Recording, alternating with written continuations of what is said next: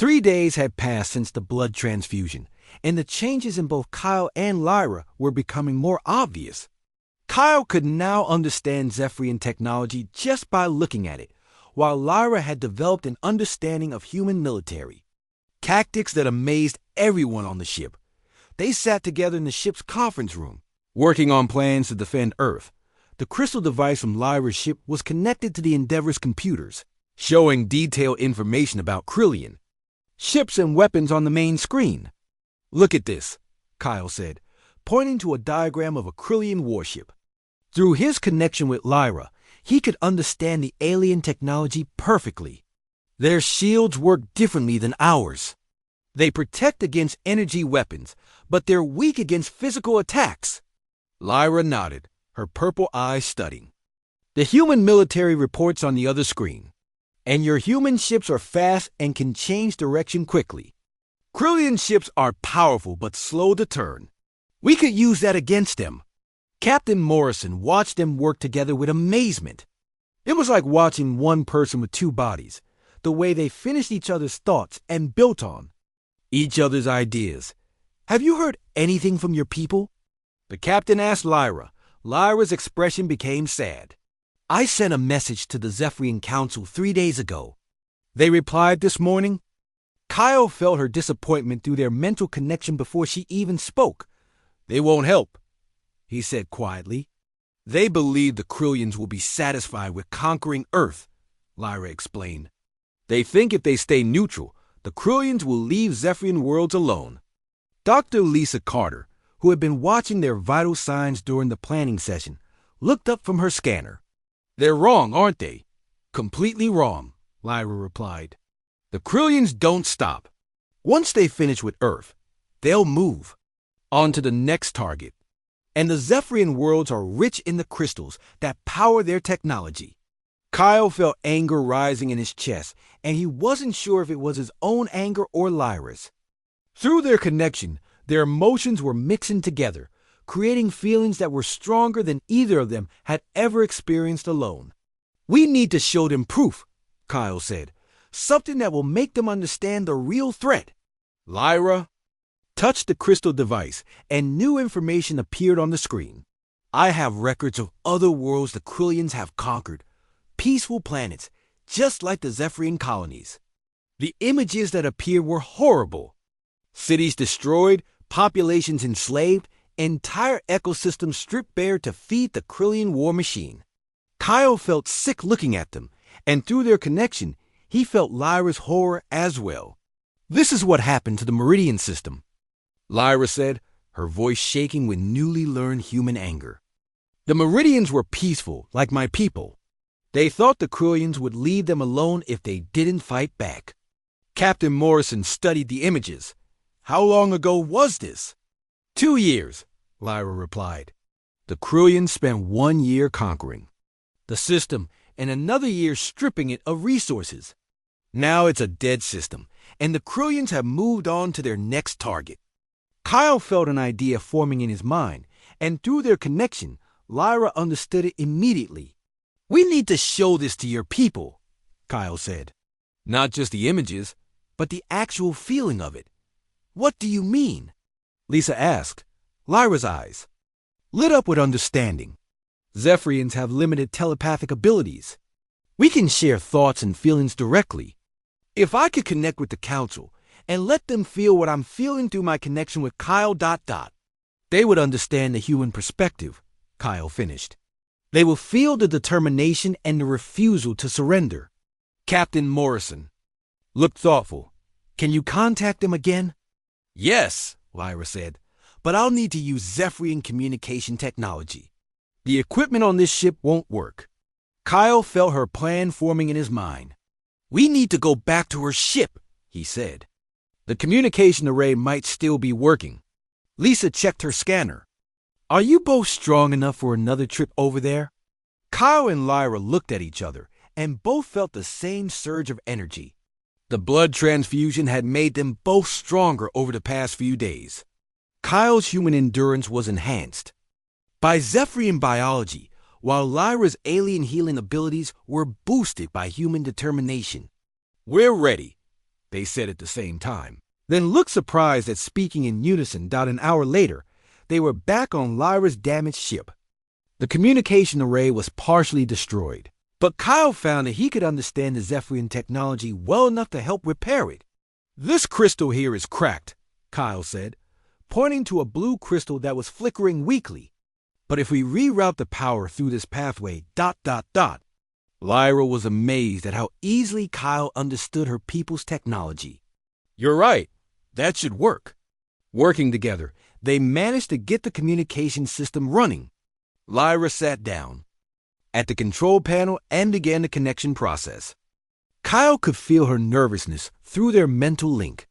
"What if they still refuse to listen?" Lyra asked. "Then we fight without them," Kyle replied.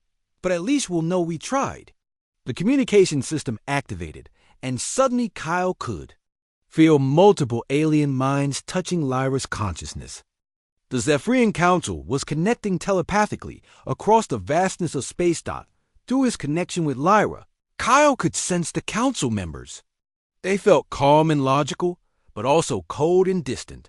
They thought in terms of mathematics and probability, calculating the odds of survival rather than feeling the need to fight for what was right.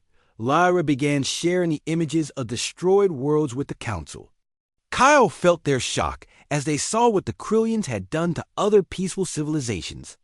But he also felt their resistance to the idea of fighting back. "Show them what it feels like to be human," Kyle whispered to Lyra. Lyra nodded and opened her mind completely to Kyle. Through their connection, she let the council experience his memories and emotions. They felt Kyle's determination when he decided to save Lyra's life. They experienced his sister's death and his promise to protect others. They felt the human refusal to surrender, even when facing impossible odds. The council members were stunned. They had never experienced emotions so strong or determination so fierce. For a species that made decisions based on logic alone, the intensity of human feelings was overwhelming. Kyle could feel their confusion as they tried to understand why humans would risk everything to protect strangers. In Zephyrian society, such actions were considered illogical and wasteful. "But that's exactly why we might win," Lyra told him, her thoughts carrying Kyle's human perspective. "The Krillians expect logical surrender. They don't understand species that fight harder when they're losing." Through the telepathic connection, Kyle felt one of the council members beginning to understand. It was an older Zephyrian named Elder Kess, who had lived for over 800 years. He had seen his people become more peaceful over the centuries. But he remembered a time when they had been forced to fight for survival. "The young ones speak wisdom," Elder Kess thought to the council. "Perhaps there are times when logic must give way to survival instinct." Kyle felt hope rising in Lyra's mind as other council members began to waver. But there was still resistance from the majority, who believed that fighting would only make the Krillians angry and lead to the destruction of Zephyrian worlds. "Show them the tactical analysis," Kyle suggested to Lyra. Lyra shared the battle plans they had been working on, combining human aggression with Zephyrian technology. Kyle felt the council's surprise as they realized the plans might actually work. "Human ships are fast and unpredictable," Lyra explained. "Combined with our advanced weapons and shields, we could create a fighting force the Krillians have never faced before." Elder Kess was the first to fully understand. "The humans are correct. If we wait, we will be destroyed one by one. If we fight together, we might survive." Kyle felt the debate raging among the council members. Some were beginning to accept the need to fight, while others still clung to their peaceful beliefs. It was Lyra who made the final argument that changed their minds. "I have felt what it means to be human," she told them. "I have experienced their courage, their determination, their willingness to sacrifice for others. If we abandon them now, we abandon everything that makes us worthy of survival." The silence that followed seemed to last forever. Then, slowly, Kyle felt the council's decision forming. "We will help," Elder Kess announced. "The Zephyrian fleet will join the humans in defending Earth." Kyle and Lyra looked at each other with joy and relief. Through their connection, they shared the satisfaction of success and the hope for victory. "How long until your ships can reach Earth?" Lyra asked. "1 week," Elder Kess replied. "We will bring 50 warships and our most advanced weapons." After the connection ended, Kyle and Lyra sat in the quiet bridge of her damaged ship. The mental link between them pulsed with shared emotions of hope, determination, and something else that was growing stronger each day. "We did it," Kyle said softly. "We did," Lyra replied. "But now the real work begins. We have to turn humans and Zephyrians into a unified fighting force in just 1 week." "We'll find a way," Kyle said. The medical bay of the USS Endeavour was quiet except for the soft beeping of machines. Lyra lay on a bed, her blue skin looking healthier than it had hours ago. Kyle sat in a chair beside her, still feeling the strange connection between their minds. Dr. Lisa Carter was running tests on both of them, trying to understand what the blood transfusion had done to their bodies. "This is amazing," Lisa said, looking at her computer screen. "Kyle, your blood now contains cells that aren't completely human. And Lyra, your blood has human cells that are somehow working with your alien biology." Kyle could feel Lyra's curiosity through their mental link. She was fascinated by human medicine and technology. Her people had different ways of healing, using crystals and energy instead of the machines that humans use. "How do you feel?" Kyle asked Lyra, speaking out loud so the others could hear. "Different," Lyra replied, her voice soft but clear. She was speaking English now, somehow understanding it through their connection. "I can feel your emotions, your memories. It's like having another person living in my mind." Captain Morrison entered the medical bay, looking worried. "We've sent a message to Earth Command about the Krillian threat. They want to speak with our alien friend as soon as possible." Lyra tried to sit up, but she was still weak. Kyle helped her, and when their hands touched, both of them felt a surge of energy. The connection between them grew stronger, and Kyle could sense Lyra's thoughts more clearly than ever. "She's ready to talk," Kyle said, "but she's still recovering. The blood transfusion saved her life, but it's changed both of us in ways we don't understand yet." Lisa checked her scanner again. "Your vital signs are stronger than they were before the transfusion." "Kyle, it's like Lyra's alien biology is somehow improving your human body." Kyle flexed his hands and noticed that his reflexes were faster.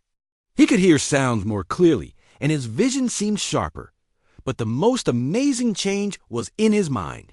He could think more quickly and remember things more clearly than ever before. "I can feel it too," Lyra said, touching her chest where her heart was beating. "Your human blood is making me feel emotions I've never experienced before. Anger, determination, the need to fight back. My people don't usually feel such strong emotions." Through their mental link, Kyle saw more of Lyra's memories. He learned that Zephyrians were naturally calm and peaceful. They made decisions based on logic and careful thought. The idea of acting on emotion was foreign to them. But now, with human blood in her veins, Lyra was experiencing the passion and drive that made humans so unpredictable. "Tell me about the Krillian attack," Captain Morrison said, pulling up a chair. "What exactly happened?" Lyra's expression became sad, and Kyle felt her grief through their connection. She spoke slowly, choosing her words carefully. "My ship was on a peaceful mission to explore this part of the galaxy. We had no weapons except for basic defense systems. The Krillians attacked without warning, using weapons we had never seen before. They destroyed my ship's engines first, then began killing my crew." Kyle felt Lyra's pain as she remembered watching her friends die. But he also felt something else, a burning anger that was very human. The Krillians had murdered innocent people, and part of Lyra now wanted revenge. "Why did they attack you?" Lisa asked. "Because we had learned about their plans to invade human space," Lyra replied. "The Krillians have been watching Earth for years, studying your people. They're afraid of humans because you're different from every other species they've encountered. Captain. Morrison leaned forward. Different how? Kyle felt Lyra's thoughts flowing into his mind, and he understood what she was trying to explain. Most alien species surrender when they're outnumbered, Kyle said, translating Lyra's thoughts. But humans fight harder when they're losing. We get angry and refuse to give up. The Krillians have conquered dozens of worlds, Lyra continued. Every time, the alien species would surrender when they realized they couldn't win. But humans are different. You would rather die fighting than live as slaves. This information made everyone in the room feel both proud and worried. It was good to know that humans had a reputation for being tough, but it also meant the Krillians would try to destroy Earth completely rather than just conquer it. What kind of weapons do they have? Captain Morrison asked. Lyra touched the crystal device they had recovered from her ship. Everything is in here. Ship designs, weapon specifications, battle plans. But I can tell you the most important things. Through their mental connection, Kyle saw images of Krillian warships. They were huge, black vessels that looked like giant insects. Their weapons could destroy entire cities with single shots. They had shields that could stop most attacks, and they traveled in large fleets that could overwhelm any defense. They have over 1,000 ships heading toward Earth, Lyra said, her voice filled with concern. They'll arrive in about 2 weeks. The room fell silent as everyone absorbed this information. 1,000 alien warships against Earth's small space fleet seemed impossible to defeat. But there's something else, Lyra continued. The Krillians are overconfident. They think humans are just another weak species that will surrender quickly. They don't understand what they're really facing. Kyle felt a surge of pride through their connection. Lyra was beginning to understand human nature, and she was amazed by what she was learning. Through Kyle's memories, she had seen how humans fought in wars, how they never gave up even when things looked hopeless. She's right, Kyle said. They're expecting us to act like every other species they've conquered, but we won't. Dr. Lisa. Carter looked up from her tests. There's something else you should know. The blood transfusion isn't just creating a mental connection between you two. It's actually changing your bodies at the cellular level. What do you mean? Captain Morrison asked. Kyle's human cells are adapting to work with Lyra's alien biology, and her cells are adapting to work with his human biology. You're both becoming something new, a hybrid of human and Zephyrian. Kyle looked at Lyra, and she looked back at him. Through their mental connection, they could feel each other's thoughts and emotions. Kyle was becoming more intelligent, and his senses were getting sharper. Lyra was becoming more emotional and determined, feeling the human drive to fight and protect others. Is this permanent? Lyra asked.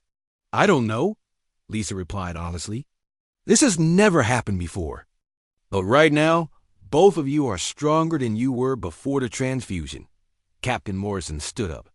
We need to get this information to Earth Command immediately. But first, I want to understand something. Lyra, why are you willing to help? You could have just taken a shuttle and gone home to your people. Lyra was quiet for a moment, feeling Kyle's emotions mixing with her own. Because Kyle saved my life when he didn't have to. Because I can feel through our connection how much humans care about protecting each other. And because the Krillians murdered my crew, they need to be stopped. Kyle felt something new in Lyra's thoughts, a desire for justice that was very human. She was no longer just the calm, logical Zephyrian she had been before. The human blood in her veins was making her feel things her people rarely experienced. There's more, Lyra said. Through our connection, I'm learning how humans think and fight. And Kyle is learning about Zephyrian technology and tactics. Together, we might be able to find a way to defeat the Krillians. Kyle nodded, feeling the truth of her words. He could understand Zephyrian technology now, seeing how it worked in ways that human scientists had never imagined. And Lyra could understand human military strategies, seeing how they could be adapted to fight against superior numbers. We need to work together, Kyle said. Humans and Zephyrians. Your people have better technology, but we have the fighting spirit they lack. Lyra smiled, and Kyle felt her hope through their connection. My people have always believed that violence was wrong. But now I understand that sometimes you have to fight to protect what you love. Captain Morrison looked at both of them. Can you contact your people? Can you convince them to help us? I can try, Lyra said. But they'll need to be convinced that the Krillians are a threat to everyone, not just humans.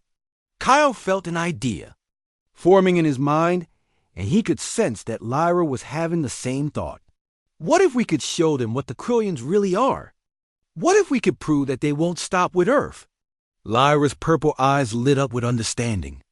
Yes, the Krillians want to conquer the entire galaxy. If we can make my people understand that, they might be willing to fight. Dr. Lisa Carter looked at both of them with amazement. You're finishing each other's thoughts. The mental connection is getting stronger. Kyle and Lyra looked at each other, both feeling the same determination. They were no longer just human and alien. They were something new, something that combined the best of both species. And maybe, just maybe, that would be enough to save both their worlds. The connection between Kyle and Lyra grew stronger with each passing minute. Kyle could feel her thoughts mixing with his own, and it was both amazing and frightening. He had never experienced anything like this before. It was as if someone had opened a door in his mind that he never knew existed. Lyra stood with Kyle's help, her legs still shaky but much stronger than before. She looked around the bridge of her damaged ship with sad eyes. Kyle could feel her grief for her dead crew members, and it made his chest tight with emotion. We need to get back to the Endeavor, Captain Morrison said. If the Krillians are really coming, we need to warn Earth immediately. Lyra nodded and spoke to Kyle in her alien language. Through their strange connection, Kyle understood her perfectly. She says there are important files on this ship, Kyle translated. Information about Krillian weapons and battle plans. She needs to get them before we leave. Lisa looked worried. Are you sure she's strong enough? She just had major surgery. Kyle could feel Lyra's determination flowing through their mental link. She was weak in body, but her spirit was incredibly strong. It reminded him of his own stubbornness when he had decided to join the Marines despite his family's objections. She'd be okay, Kyle said, but she needs help walking. Kyle put his arm around Lyra's waist to support her. When their skin touched, the connection between them became even stronger. Kyle suddenly saw flashes of Lyra's memories. He saw her home planet, a beautiful world with crystal cities and purple skies. He saw her family, other blue-skinned beings who looked like her butt. Older, he saw her training as a warrior, learning to fight with weapons that looked like they were made of light. Lyra gasped and looked at Kyle with wide eyes. She was seeing his memories too. She saw Earth with its blue oceans and green forests. She saw Kyle's childhood, playing with his sister in their backyard. She saw him joining the military, wanting to protect people. She saw the pain he felt when his sister died, and how that pain had driven him to help others. This is incredible, Lisa said, watching them with her scanner. Your brain patterns are synchronizing. You're actually sharing memories. Lyra spoke to Kyle, and he nodded. She says this has never happened before. Her people have some mental abilities, but nothing like this. She thinks it's because of the blood transfusion. They moved slowly through the ship, with Kyle supporting Lyra. She directed him to a room that looked like an office. The walls were covered with screens showing star maps and battle formations. Lyra touched a crystal panel and the screens came to life. She's downloading the files, Kyle explained.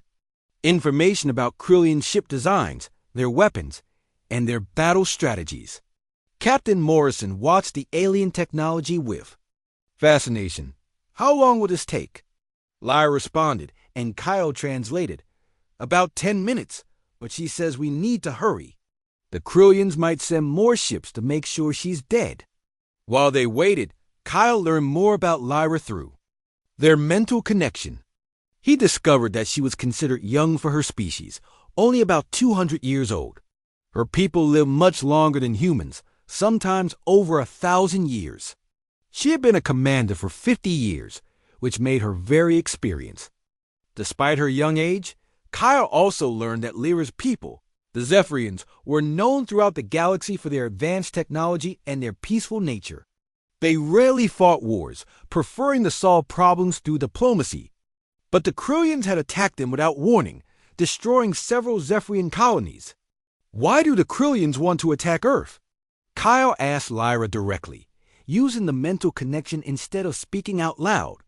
Lyra's response came as thoughts and images rather than words. Kyle saw the Krillian Empire, a vast collection of conquered worlds ruled by insect-like creatures. The Krillians expanded by taking over planets that had resources they wanted. Earth was rich in water and minerals, making it a perfect target, but there was something else. The Krillians were afraid of humans. They had been watching Earth for years, studying human behavior. What they saw scared them. Humans were unpredictable, violent when threatened, and they never gave up. The Krillians had decided it was better to destroy humanity before humans could become a threat to their empire. They're afraid of us? Kyle asked out loud, surprised. Lyra nodded and spoke. She says humans are the only species the Krillians have ever encountered that fights harder when they're losing. Kyle translated. Most species surrender when they're outnumbered. Humans get angry and fight back. Captain Morrison looked thoughtful. That's both good and bad news. Good, because it means we might have a chance. Bad, because it means they'll try to destroy us. Completely. The file download finished, and Lyra carefully removed a small crystal device from the panel. She handed it to Kyle, and when he touched it, he could feel the importance of the information it contained. This could save your world, Lyra said through their mental link. But only if we can get it to your leaders in time. As they prepared to leave the ship, Kyle felt something change in his body. The blood transfusion was doing more than just creating a mental connection. He felt stronger, more alert. His senses were sharper, and he could think more clearly than ever before. Kyle, are you feeling okay? Lisa asked, noticing the change in his posture. I feel great, Kyle replied. Better than great, actually. It's like I can think faster and see more clearly. Lisa checked her scanner. Your blood chemistry is changing. The alien blood is somehow enhancing your human abilities. Lyra looked at Kyle with concern. She spoke to him through their mental link, and Kyle understood that she was worried about what the transfusion might do to him in the long term. She doesn't know what will happen, Kyle said. Her people have never mixed blood with another species before, but she can feel that I'm getting stronger. They made their way back to the shuttle, with Kyle still supporting Lyra. She was getting stronger too, but more slowly than Kyle. As they walked, she continued to share her memories with him. He learned about Zephyrian culture, their technology, and their ways of thinking. What surprised Kyle most was how different Zephyrian society was from human society. They valued intelligence and wisdom above physical strength. They made decisions slowly, considering all possibilities before acting. They avoided conflict whenever possible, believing that violence was a sign of failure. No wonder they were surprised by the Krillian attack, Kyle thought to himself. Lyra heard his thought and responded. My people believed that all intelligent species would eventually choose peace over war. We were wrong.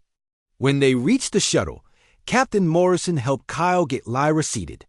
She looked much better than when they had found her, but she was still weak. The blue color had returned to her skin, and her purple eyes were bright and alert. How do you feel? Lisa asked Lyra, using her scanner to check her vital signs. Lyra spoke to Kyle, who translated.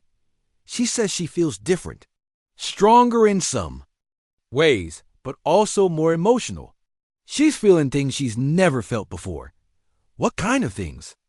Lisa asked. Kyle paused, receiving Lyra's thoughts. She says she can feel my emotions, my memories. She's experiencing human feelings like anger and determination. Her people don't usually feel emotions that strongly. As the shuttle flew back to the Endeavor, Kyle and Lyra sat close together. The mental connection between them was becoming more natural, like a conversation between old friends. Kyle could feel Lyra's gratitude for saving her life, but also her amazement at his willingness to risk himself for a stranger. "She wants to know why I did it," Kyle said to the others. "Why I was willing to give my blood to someone I just met." Captain Morrison looked at Kyle. "What did you tell her?" "I told her it's what humans do," Kyle replied. "We help people because it's the right thing to do, not because we expect something in return." Lyra's response came as a flood of emotions through their mental link. She was stunned by the concept of selfless help. In Zephyrian society, actions were always calculated and planned. The idea of risking your life for a stranger without thinking about the consequences was completely foreign to her. She says her people would have studied the situation for days before deciding what to do, Kyle translated. They would have considered all the risks and benefits before acting. And by then, she would have been dead, Lisa pointed out. Kyle felt Lyra's agreement through their connection. She was beginning to understand that sometimes the best action was quick action, even if it was risky. This was a very human way of thinking, and it was changing how she saw the world as they docked with the Endeavor. Kyle realized that the blood transfusion had done more than save Lyra's life. It had created a bridge between two very different species. Through their connection, Lyra was learning to think like a human, and Kyle was learning to understand alien ways of thinking. This partnership might be exactly what they needed to stop the Krillian invasion. Lisa Carter stared at Kyle Thompson in complete shock. The Marine was serious about giving his blood to save the alien woman. She looked down at the dying creature on the floor, her blue skin growing paler by the minute. "Kyle, you don't understand," Lisa said, her voice shaking. "This isn't like giving blood to another human. We have no idea what this could do to you or to her. It could kill you both." Kyle kept his eyes on the alien woman's face. Her purple eyes were looking at him, and he could see the life slowly leaving them. He had seen that look before, when his sister was dying in the hospital. The doctors had told him there was nothing they could do, and he had felt helpless. But this time was different. This time, he could do something. "She's going to die if we don't try," Kyle said quietly. "Look at her, Doc. She's got maybe 20 minutes left." Captain Morrison stepped forward. "Kyle, I appreciate what you want to do, but Dr. Carter is right. This is too dangerous. We don't know anything about alien biology." "Then we need to learn fast," Kyle replied. He rolled up his sleeve and held out his arm. "I'm not going to stand here and watch her die when I can help." Lisa looked at her medical scanner. The alien's vital signs were getting weaker every second. Her heart was beating too slowly, and her breathing was becoming shallow. Lisa had never felt so helpless in her life. All her medical training was useless here. "What's her blood type?" Kyle asked. "I don't know," Lisa admitted. "She doesn't have human blood types. Her blood is completely different from ours. It's blue instead of red, and it has a different chemical makeup." The alien woman made a soft sound, like she was trying to speak. Kyle leaned closer to hear her. "I think she's trying to tell us something," he said. Lisa checked her translation device, but it didn't recognize the alien language. The woman spoke. Again, her voice so weak it was barely a whisper. But then she did something unexpected. She reached out and touched Kyle's hand, then pointed to her own chest. "I think she wants us to try," Kyle said. "She understands what we're talking about." Captain Morrison was torn. As the captain, it was his job to keep his crew safe. But he also had a duty to help anyone in need, even if they were alien. He looked at the dying woman and made a decision. "Do it," he said to Lisa. "But we do this carefully. Small amounts first. If anything goes wrong, we stop immediately." Lisa's hands were shaking as she prepared the equipment. She had never done anything like this before. She set up a small tube that would carry Kyle's blood to the alien woman. She also prepared medicine that would help Kyle's body make new blood. Quickly, "This is crazy," she muttered to herself as she worked. Kyle sat down next to the alien woman. Up close, he could see that she was probably young for her species. Her face was smooth and peaceful, even though she was in pain. Her silver hair felt soft when he accidentally touched it. "What do you think her name is?" Kyle asked. "I don't know," Lisa replied. "Maybe we'll never know." Kyle looked down at the alien woman. "I'm going to call you Luna," he said softly. "Because your hair looks like moonlight." Lisa finished preparing the equipment. "Kyle, I need you to understand something. This might not work. And even if it does work, we don't know what it will do to your body. Human blood and alien blood mixing together could cause problems we can't even imagine." "I understand," Kyle said. "But we have to try." Lisa inserted a needle into Kyle's arm. His blood began to flow through the tube, bright red against the clear plastic. She then carefully inserted another needle into the alien woman's arm. Her skin was tougher than human skin, but the needle went in. "Here goes nothing," Lisa whispered. Kyle's blood began to flow into the alien woman's body. At first, nothing happened. The woman's breathing stayed shallow, and her heart rate remained slow. Lisa watched her scanner, looking for any change. "Is it working?" Captain Morrison asked. "I don't know yet," Lisa replied. "It takes time for blood to circulate through the body." Kyle began to feel dizzy as his blood flowed out of his body. Lisa had warned him this would happen. She gave him some water to drink and told him to stay calm. "How are you feeling?" she asked. "Tired, but okay," Kyle replied. "Keep going." Suddenly, the alien woman's eyes opened wide.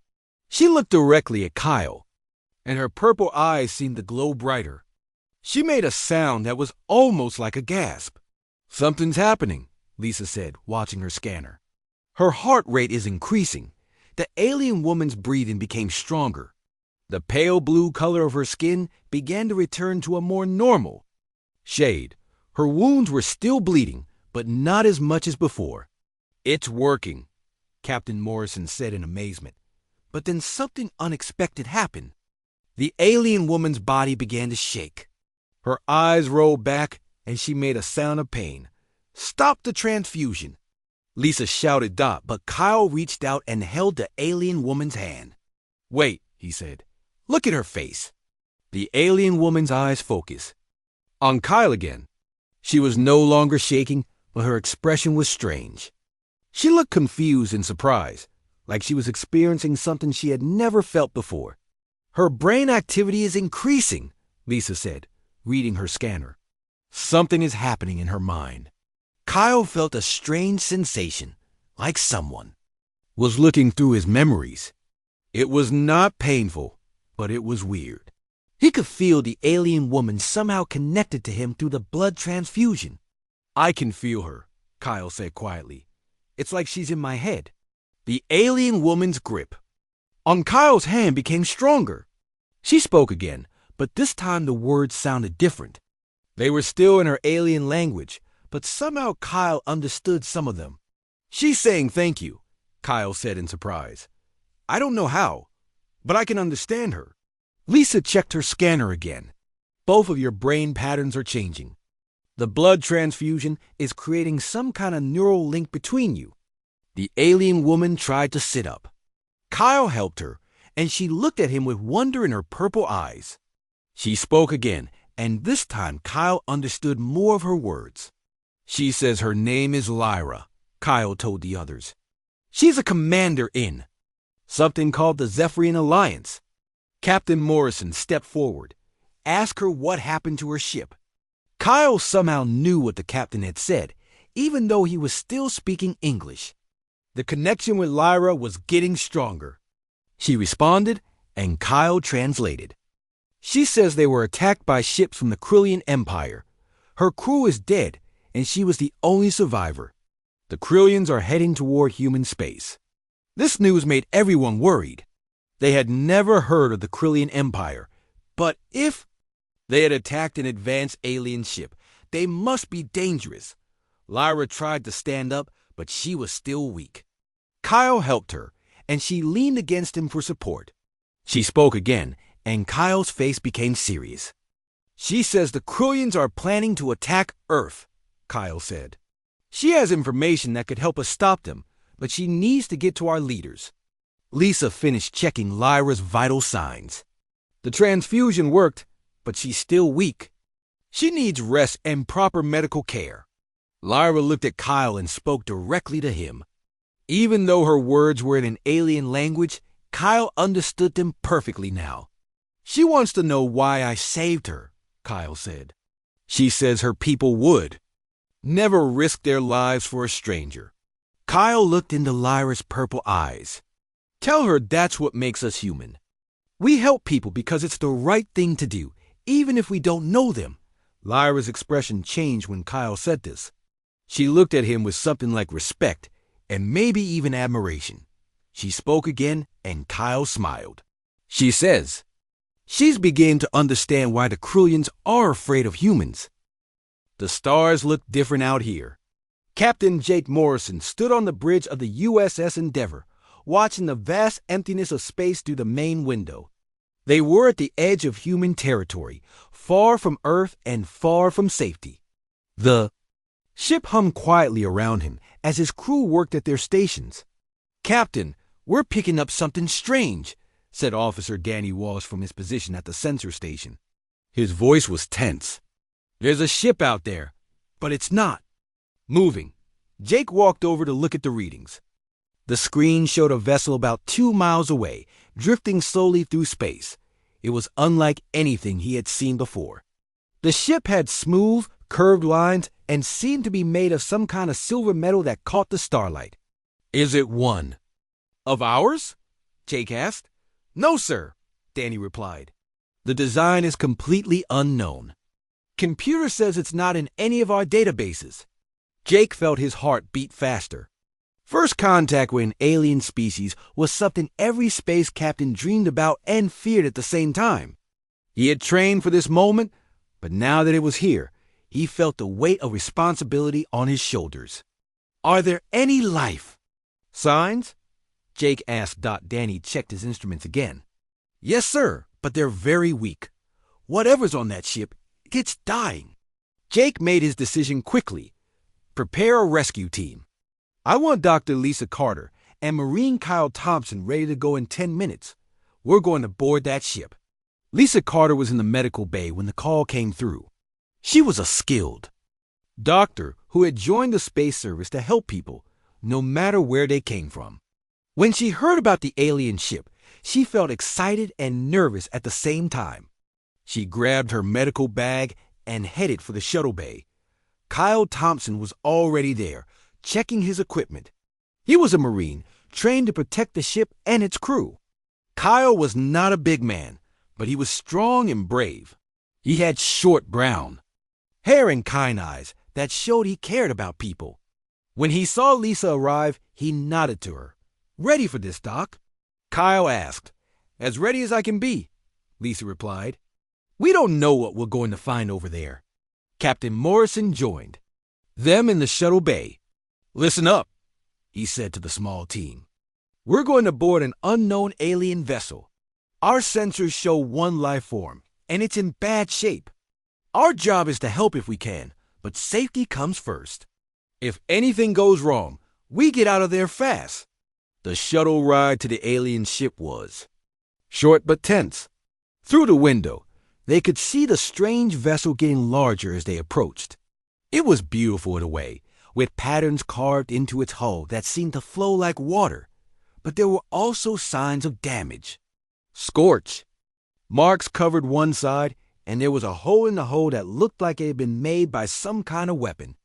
Looks like someone attacked them, Kyle observed. The question is who? Jake replied. And are they still around? They docked with the alien ship without problems. The airlock sealed properly, which was a good sign. It meant the aliens used similar technology to humans. When they opened the door, they found themselves in a corridor that was larger than what humans would build. The walls glowed softly with a blue light, and the air smelled strange, but not unpleasant. "Life support is working," Lisa said, checking her instruments. "The air is breathable for us." They moved carefully through the ship. It was quiet, except for a low humming sound that seemed to come from the walls themselves. The corridors were empty, but they could see signs that someone had been here recently. There were what looked like claw marks on some of the walls, and dark stains that might have been blood. "This way," Danny said, following his scanner. "The life sign is coming from up ahead." They found her in what looked like the ship's bridge. She was lying on the floor next to a control panel, and it was clear she was badly hurt. The alien was humanoid, but different from humans in many ways. Her skin was pale blue and seemed to shimmer slightly in the strange light. She had long silver hair that spread around her head like water. Her eyes were closed, but when she breathed, Jake could see they were a deep purple color. "She's beautiful," Lisa whispered, then caught herself. "I mean, she's clearly intelligent. Look at her uniform." The alien wore what was obviously a military uniform, with symbols and markings that suggested high rank. But the uniform was torn and stained with blue blood that leaked from several wounds. Lisa knelt beside the alien and began examining her. "She's lost a lot of blood," she said. "Her pulse is very weak. I don't think she has much time." Kyle stood guard while Lisa worked. He watched the alien's face and felt sorry for her. She looked young, maybe the same age as his sister back on Earth. It didn't seem right that she should die alone on a damaged ship in the middle of space. "Can you help her?" Jake asked. Lisa shook her head. "I don't know. Her biology is completely different from ours. Her blood is blue instead of red, and her heart has a different rhythm. I can try to stop the bleeding, but I don't have the right medicine for her species." The alien's eyes suddenly opened. They were the most beautiful purple Jake had ever seen, but they were filled with pain and fear. She looked at the human standing around her and tried to speak, but only a weak sound came out. "It's okay," Lisa said gently. "We're here to help you." The alien seemed to understand, even though Lisa was speaking English. Her purple eyes moved from one human to another, and Jake thought he saw surprise in them. Maybe she had never seen humans before either. Lisa continued working on the alien's wounds. "I can slow the bleeding, but she needs a blood transfusion. Without it, she'll die in the next hour."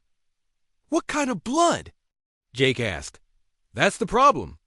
I don't know what type of blood she needs, or even if human blood would work. It might kill her faster." Kyle looked down at the dying alien.